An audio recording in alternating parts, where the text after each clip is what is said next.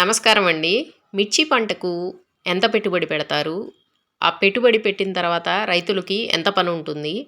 అలాగే కూలీల పనికి ఎంతో ఉంటుంది? కూలీలు పోగా రైతులు పెట్టిన పెట్టుబడి పోగా ఇది ఎలా మా ఉంటుంది పొలం ఏందని అండి, మిరపకాయల చూద్దాం. పొలం.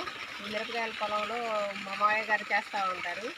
అయితే ఈ ఎకరానికి వచ్చి ఎంత పెట్టుబడి పెట్టారు ఏంటి అనేది మనం ఇప్పుడు తెలుసుకున్నాము.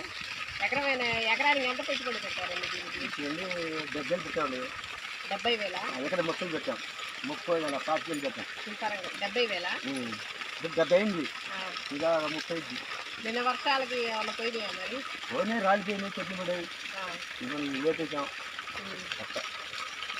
మరి పెట్టుబడికి మీరు పెట్టిన పెట్టుబడికి దీనికి ఏమైనా లాభం ఉంటుందా? చెప్పలేము, రేటు ఉంటే నాకు లాభం లేదు కదండి.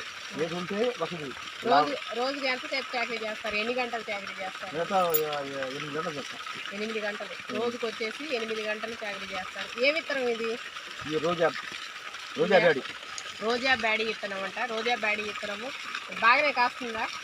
వర్షం కొత్తగా ఇచ్చాడు ఆయన. కొత్తగా రోజా బ్యాడీ విత్తనం అనేది కొత్తగా వేసిన పంట. ఈ సంవత్సరం వేసారంట. ఈ ఈ విత్తనం ఎలా ఉంటుందో ఏంటో అనేది మనం చూద్దాం. రోజుకు వచ్చేసి రైతులు 8 గంటలు పనిచేస్తున్నారండి. 8 గంటల్లో వాళ్ళు చాకరీ మొత్తం పొద్దు నుంచి సాయంత్రం దాకా ఇక్కడే ఉంటున్నారు. అలాగే ఎకరానికి వచ్చేసి 70,000 పెట్టుబడి పెట్టి ఉన్నారు. ఆ 70,000 కూడా వాళ్ళు వర్షానికి వాతావరణానికి తట్టుకొని చేసి, మళ్ళీ కూలీలు వాళ్ళు కూడా ఉంటారండి. ఆ కూలీలు వాళ్ళు కూడా మొత్తం తట్టుకొని వాళ్ళకి ఏమాత్రం లాభం ఏందనేది మనం తర్వాత చూద్దాం. వాళ్ళైతే ఎకరానికి 70,000 పెట్టుబడి పెట్టారంటండి. అది ఇంకా పూర్తి అవ్వలేదు పెట్టుబడి పెట్టడం కూడా.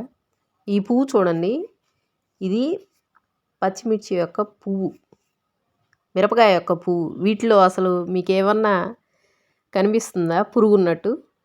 కొంచెం దగ్గరగా ఉండి చూడండి, అదిగోండి కదులుతున్నాయి, సన్నటి పురుగులు కనిపిస్తున్నాయి.